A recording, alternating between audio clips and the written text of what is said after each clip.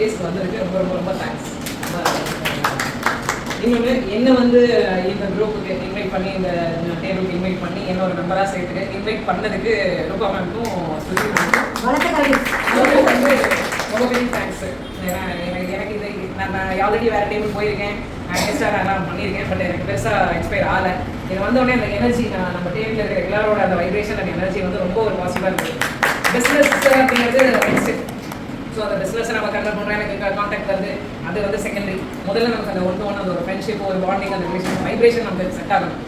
First Punitha ma'am பார்த்தா கூட சொன்னேன், அவங்க ஆஸ்லேஷன் இருந்தாங்க பக்கத்தில், எனக்கு யாருமே தெரியாது.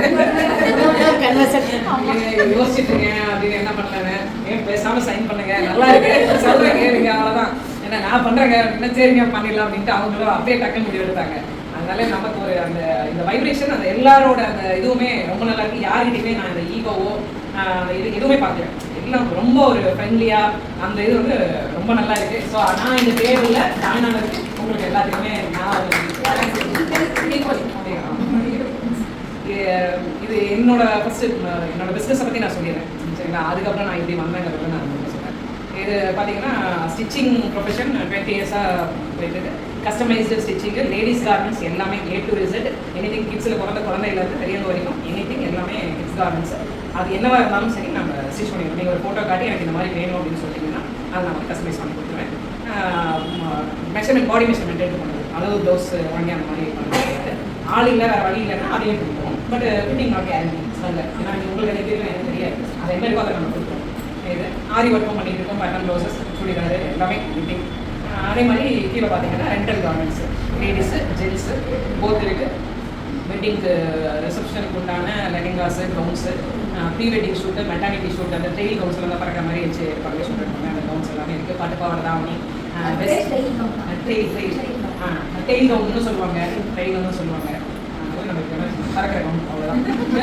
கோட் ஷூட்டு, ஷெர்வானி எல்லாமே இருக்குது. ஒரு பிரைட் அண்ட் க்ரூம் வந்தாங்கன்னா கல்யாண பொண்ணுக்கு லெஹெங்கா ஃபஸ்ட்டு பார்த்துக்கோங்க, அதுக்கு மேட்சிங்காக வந்து க்ரூமுக்கு. ஏன்னா பொண்ணு சாட்டிஸ்ஃபை ஆனால் தான் அடுத்தது பையனுக்குலாம் அப்படியே செகண்ட் ஆச்சுன்னா பொண்ணு யாரோ ஒருத்தர் தான் பசங்க செலக்ட் பண்ணிடுவாங்க, அதுக்கப்புறம் அதை மேட்ச் பண்ணி லெஹெங்கா எடுப்பாங்க. அது ரெண்டுமே முடிச்சுட்டு கையோட ஜுவல் செக்ஷன் இருக்குது, ஜுவல் போய் மேட்ச் பண்ணி நம்ம ஜுவல்லாம் எடுத்துடலாம். ஸோ ஒரு ரிசப்ஷனுக்கு நமக்கு 1 லட்ச ரூபா செலவாக வேண்டிய இடத்துல மினிமம் ஒரு 10,000 to 15,000 நமக்கு ஓவரால் ஒரு ரிசப்ஷனுக்கு உண்டான பிரைட் அண்ட் க்ரூமோட செலவு கவர் ஆயிடும். நான் அன்றைக்கே சொன்ன மாதிரி நம்ம ஒரு 3-6 ஹனிமூன் பிளான் பண்ணி வச்சுருக்கோம்னா அது மால்தீவ்ஸாக நம்ம மாற்றிக்கலாம். ஸோ இங்கே ஒரு 10,000 செலவழிச்சுட்டு மீதி ஒரு 90,000 நம்ம ஒரு ஹனிமூனே போயிட்டு வந்துடலாம். அந்த மாதிரி அந்த அளவுக்கு ஒரு ப்ராட் மைண்டாக நம்ம இந்த இதை ஆரம்பித்து சேவை பண்ணிட்டு இருக்கோம். ஓகே, இப்போ நான் என்னோட பேசிக் பிஸ்னஸ் வந்து இதுதான் மேஜர். இது வந்து நான் எப்படி இங்கேருந்து எப்படி ஸ்டார்ட் பண்ணி இந்த இடத்துக்கு நான் வந்திருக்கேன்னா 20 years வந்து நான் டெய்லரிங் என்னோட சர்வீஸ் இருக்கேன். எல்லாருக்குமே எல்லா லேடிஸுக்குமே வந்து பார்த்தீங்கன்னா முதல்ல டெய்லர் பில் இருக்கிறது பெரிய சேலஞ்ச். ஏன்னா புடவை 500 ரூபாய்க்கு எடுத்தால் பில்லு வைக்கிற கூலி ஒரு 1000 ரூபா. ஐயோ 1000 கிலோ புடவையே 500 ரூபா தாங்க, நீங்கள் 800 ரூபா பில்லு சொல்கிறீங்களே அப்படின்னு கேட்பாங்க. அதாவது சரி பரவாயில்ல போனால் போதுன்னு கொடுத்துடலாம். ஆனால் அந்த 800 ரூபா 1000 ரூபா கொடுத்ததுக்கு சரியா இருக்கான்னு பார்த்தா அதுவும் சரியா இருக்காது. நீங்கள் பிடிக்குது அங்கே பிடிக்குது, ஒரு தடவை ஆல்ட்ரேஷனு அது போனால் அது சரியாயிடும், வேற புதுசாக ஒரு ஏதாவது பிரச்சனை வரும். ஒன்று ஒவ்வொரு ஆல்ட்ரேஷன் மேக்ஸிமம் என்னோட பீரியடில் பார்த்தீங்கன்னா ஜென்ஸ் ஸ்டைலில் தான் நிறையா இருப்பாங்க. ஸோ அந்த ஜென்ஸ் ஸ்டைலில் போய் நம்ம ஆல்ட்ரேஷனும் சொல்லவும் முடியாது. நான் ஒன்று நினச்சி சொல்லுவேன், அவன் ஒன்று எடுத்துட்டு அதை வேறு மாதிரி ஒரு கொடுமைக்கே அது முதல்ல இருந்ததே பெட்டர் அப்படின்ட்டு நம்ம அப்படியே போட்டுக்கலாம் அப்படிங்கிற அந்த ஒரு இது இருந்தது. ஸோ நான் பார்த்தீங்கன்னா ஒரு அந்த பீரியடில் 6th standard இப்போ அப்படி சம்மர் கிளாஸுக்கெல்லாம் அனுப்பிச்சுடுவாங்க அப்படின்னா அப்போ வந்து 6th 7th லீவில் நான் டெய்லரிங் கிளாஸ் போனேன். அப்போது இருந்ததுலாம் பேசிக் கிளாஸஸ் தான் இருக்கும், பெரிய இந்த மாதிரி நிறையா கிளாஸஸ்லாம் அது கிடையாது. அப்போ லேடிஸ்லாம் அந்த டெய்லரிங் கிளாஸ் அனுப்புவாங்க.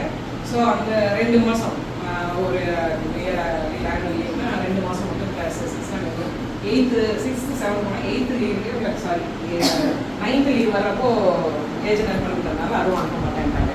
ஸோ 2 years போனேன்னா அப்போயே வந்து ஸ்கூல் யூனிஃபார்ம் நான் ஸ்டிச் பண்ணி போட்டுருக்கேன்.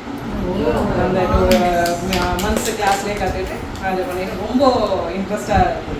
ஸோ ஆர்ட்டு கிராஃப்ட் எல்லாமே நம்ம கை பண்ணுற வேலை எனிதிங் எல்லாமே நான் பண்ணுவேன். அது சின்ன சின்ன வேலைகள் எல்லாமே தெரியும். ஸோ அப்போ கற்றுக்கிட்டது அதோட நின்று போச்சு. டெய்லரிங்னா நம்ம இது நான் பிஸ்னஸாக பண்ணணும் அது பண்ணேன் எந்த ஒரு கோலோ ஐடியாவோ கனவோ எதுவுமே கிடையாது.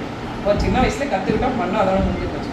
அதுக்கப்புறம் ரெகுலர் கல்யாணம் குழந்தைங்க அதெல்லாம் அது வந்து அந்த பீரியடு பார்த்திங்கன்னா எல்லாருக்குமே ஒரு சேலஞ்சிங். நம்ம ஆல்ரெடி படிச்சிருப்போம், ஒரு பேஷன் இருக்கும், இல்லை சின்னதாக ஒர்க்குக்கு போயிருக்கலாம், இல்லை ஒரு பிஸ்னஸ் பண்ணியிருக்கலாம்.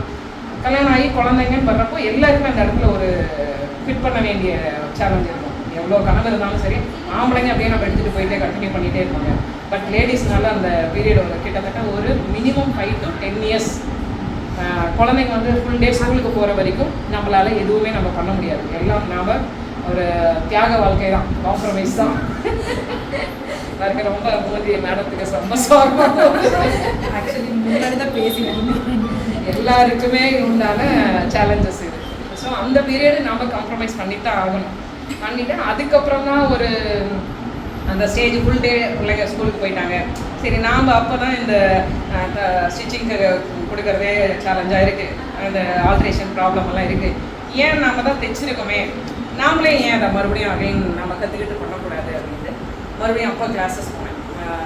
கிளாஸ் போகிறதுக்குமே பார்த்திங்கன்னா எல்லா வீட்லேயும் எல்லாமே அலோவ் பண்ணிடுவாங்களா, அதுக்குண்டான சூழ்நிலைகள் இருக்குமானா கிடையாது. ஸோ ஜாயின்ட் ஃபேமிலி 10 பேர் இருக்கிற ஃபேமிலி, மாமனார் மாமியார் மச்சாண்டார் அது எல்லாரும் 10 பேர் இருக்கிற ஃபேமிலி அவ்வளோ சீக்கிரத்தில் வெளியவே விட மாட்டாங்க. இன்னொன்று ஒரு பிராண்டு இருக்க ஒரு ஃபேமிலிக்குன்னா நமக்கு அதுவும் போகக்கூடாது அப்படின்னு அதுலேயும் ஒரு போராடி ஒரு 1 month கிளாஸு அப்படின்னு சொன்னாங்கன்னா அம்மா வீட்டுக்கு வந்து எவ்ரி வெக்கேஷனுக்கு ஒரு 1 week பர்மிஷன் நமக்கு ஸ்டே லீவ்னா எங்கள் அம்மா வீட்டுக்கு வரலாம். அந்த 1 weekல எனிதிங் என்ன கிளாஸாக இருந்தாலும் அந்த ஒரு வாரத்தில் முடிச்சிடுவேன். அந்த ஒரு 1 month கிளாஸாக இருக்கும். பட் எனக்கு அந்த நான் சொல்லிடுவேன், போனோடனே ஜாயின் பண்ண போய் சொல்லிடுவேன் எனக்கு வர முடியாதுங்க முடியல, என்னோட சுச்சுவேஷன் இது, எனக்கு நீங்கள் கற்றுக் கொடுங்க, நான் கற்றுக்கிறேன். நீங்கள் கற்றுக்கிட்டீங்கன்னா எனக்கு ஒன்றும் பிரச்சனை, ஏன்னா சீக்கிரம் முடிச்சு அனுப்பினா அவங்களுக்கும் வேலை வச்சுருந்தானே, அதனால் அவங்களும் கற்றுக் கொடுத்துருவாங்க. ஸோ அந்த ஒரு வாரத்தில் நான் எந்த கிளாஸாக இருந்தாலும் முடிச்சுடுவேன். ஒரு வார கிளாஸாக இருந்தால் நான் 2 நாள் போதும். ஸோ என்ன அது பை பர்த் காட்ஸ் கிஃப்ட்டு அந்த கண்ணு பார்த்தா கை வேலை செய்யும் அந்த மாதிரி. ஸோ அதுக்கு தாண்டி ஏதாவதுன்னா அப்பப்போ ஏதாவது நம்ம போய் ஏதாவது ஒரு நாள் 2 நாள் நம்ம டவுட் கேட்டு அந்த மாதிரி கற்றுக்கிட்டது தான் கிளாஸஸ் எல்லாமே. ஸோ அந்த பீரியடில் அந்த குழந்தைங்க ஃபுல் டே நம்ம ஸ்கூலுக்கு போனதுக்கப்புறம் நான் கற்றுக்கிட்டு டெய்லரிங் கற்றுக்கிட்டு எனக்கு நான் ஸ்டிச் பண்ண ஆரம்பித்தேன்.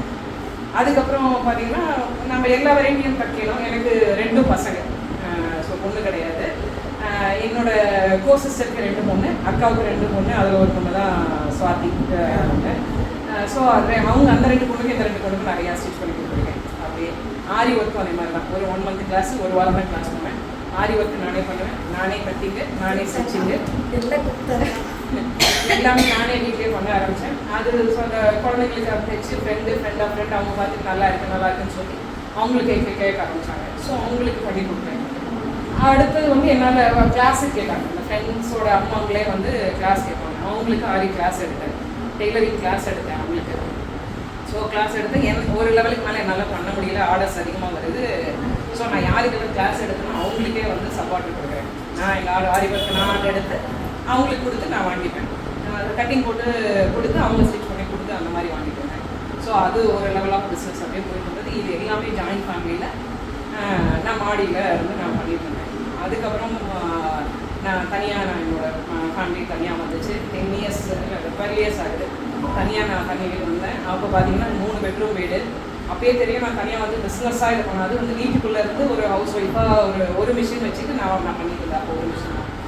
ஸோ அங்கே வரப்போ நான் இதை வந்து கொஞ்சம் நெக்ஸ்ட் லெவலில் எடுத்துகிட்டு போகணும், எனக்கு ஒரு பெரிய ரூமாக அலாட் பண்ணி எனக்கு ரெடி பண்ணி கொடுங்கன்னா போனால் போது இருக்கிற அந்த சின்ன ரூம் இருக்கிறதே 3 bedroomனா ஒரு சின்னதாக ஒரு ரூம் வச்சுருக்கோம், அதை வேணால் யூஸ் பண்ணிட்டோம் அப்படின்ற மாதிரி அதை அலாட் பண்ணி கொடுத்தாங்க. அது வந்து ரொம்ப குட்டி ரூமு, அதில் 3 மிஷின் ஒரு கட்டிங் டேபிள் தான் போட முடியும். ஆனால் ஒரு மிஷின் தான், ஏன்னா ஆள் கிடையாது, நானே ஒரே மிஷின் போட்டு ஒரு டேபிள் போட்டு நான் ஸ்டிச் பண்ணிட்டு இருந்தேன். வெளியே கொடுத்து நான் வாங்கிட்டு இருந்தது.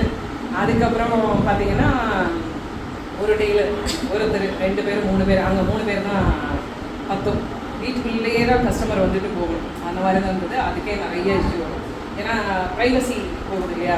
அதனால் வீட்டுக்குள்ளே வந்துட்டு யாரோ வராங்க போகிறாங்க, அது பண்ணாத அப்படிங்க. ஸோ அந்த ஸ்ட்ரகிள்ஸ்லாம் தாண்டி தான் அப்படியே பண்ணிகிட்டே இருந்தது. ஸோ ஸோ அது ஒரு ஸ்டேஜுக்கு மேலே அந்த 3 மிஷின் பத்தாமல் இன்னும் ஆர்டர்ஸ் அதிகமாக வருது எனக்கு. ஸோ பின்னாடி யூட்டிலிட்டி ஏரியா இருக்குது, வாஷ் பண்ணுவோம் இல்லைங்களா, மோட்டரு துணி காய வைக்கிறது அந்த யூட்டிலிட்டி ஏரியா இருக்குது. அதை வந்து அந்த ரூமை ஜாயின் பண்ணி விட்டு சந்தில் வந்து வர மாதிரி அங்கே ஒரு 6 மிஷின் அப்படிங்க மறுபடியும் ஒரு எக்ஸ்ட்ரா 6 மிஷின் போட்டேன். அது ஒரு 2 இயர்ஸ் அங்கே ஒரு 2 வருஷம் பண்ணிட்டு இருந்தேன். அது ஒரு ஸ்டேஜில் அது மறுபடியும் பத்தல எனக்கு. ஸோ இன்னும் நிறையா ஆர்டர்ஸ் வருது. அதுக்கப்புறம் மாடியில் 3 பெட்ரூம் வீடு மேலே ஒரு பொசிஷன் இருக்குது, அங்கே ஷிஃப்ட் பண்ணுறேன். அங்கே போனதுக்கப்புறம் இடம் மீதியாக இருக்கு எனக்கு. ஏன்னா நான் ஒரு ரூம்குள்ளே பண்ணிட்டு இருந்தால ஒரு 10 மிஷின் வந்து நம்ம மேலே போட்டாச்சு. 3 பெட்ரூம் வீடு, அவ்வளோ பெரிய ஹாலு, இவ்வளோ இடம் மீதியாக இருக்குது. நான் இந்த இடத்துல என்ன பண்ணலாம் அப்படிங்கிற அந்த தாட் வருது. அந்த ஸ்டேஜில் நான் அந்த ஒரு 6-7 டெய்லர்ஸ் வச்சு நான் கட்டிங் போட்டு நான் கொடுத்துட்டு இருந்தப்போ ஒரு நாள் நான் வந்து வெளியே எங்கேயாவது போகணும், ஒரு நாள் நான் லீவ் எடுக்கணும்னாலும் நான் அதை கட்டிங் கொடுத்துட்டு தான் நான் வெளியே போக முடியும். ஸோ நைட்டாக நான் அதுக்கு கட்டிங் ரெடி பண்ணணும், இல்லைன்னா ஏர்லி மார்னிங் எந்திரிச்சு நான் பண்ணணும். ஃபேமிலி இந்த மாதிரி ஒரு ஹவுஸ் ஒய்ஃபு ஒரு பிஸ்னஸ் நம்ம பண்ணுறோம் அப்படின்னா நமக்கு மெயின் வந்து ஃபேமிலி சப்போர்ட். ஹஸ்பண்ட் வந்து சப்போர்ட்டாக இருக்கிறவங்களுக்கு அதை புரிஞ்சுப்பாங்க, அட்ஜஸ்ட் பண்ணிப்பாங்க. சரி பார்த்துக்கோ, நம்ம வெளியே வாங்கிக்கலாம், இது பண்ணி நான் மேனேஜ் பண்ணிக்கிறேன், நான் குழந்தைங்களை பார்த்து ஏதோ ஒன்று. பட் எங்கள் வீட்டை பொறுத்த வரைக்கும் நீ இது ஹாபியாக பண்ணிட்டு இருக்க, இது வந்து பிஸ்னஸ் கிடையாது, நீ ஜஸ்ட் ஹாபி தான் இது, ஹாபி தான் இது. அதாவது நார்மல் ஒரு ஹவுஸ் ஒய்ஃப் என்னென்ன பண்ணணுமோ சமைக்கிறது, வீட்டு வேலையெல்லாம் பார்த்துட்டு குழந்தைங்களை அனுப்புறது எல்லாமே நீ பார்த்துட்டு அதை தாண்டி மீதி இருக்கிற ஒரு மணி நேரமோ 2 மணி நேரம் நீ என்ன வேணால் பண்ணிக்கோ, உன் இஷ்டம். அந்த இதுதான் நமக்கு கிடைக்கிற மாதிரி. என்ன வேணா பண்ணிக்கோ, என்ன வேணா பண்ணிக்கோ, நான் என்ன ஒன்றும் கேட்க மாட்டேன். நான் வீட்டுக்கு வந்துட்டா நீ என்னதான் பார்க்கணும். அந்த மாதிரி ஒரு டிப்பிக்கல் ஒரு ஹவுஸ் ஒய்ஃப் வந்தால் சீரியஸுங்க அரிசி வந்து வாங்க உட்காருங்க சாப்பிடுங்க, அந்த மாதிரி தான் அந்த எக்ஸ்பெக்டேஷன்ஸ் எதிர்பார்ப்பு. இன்னொன்று நாம் ஒரு டெய்லர் அப்படிங்கிற ஒரு நார்மல் எல்லாருமே எடுத்தோம்னா பெருசாலாம் இருக்க முடியாது.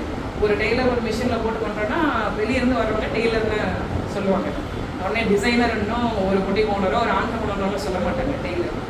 ஆக்சுவலாக வந்து நாங்கள் தியேட்டர் ஓனர் கைலாஷ் படர் சார் எங்களோட தான்.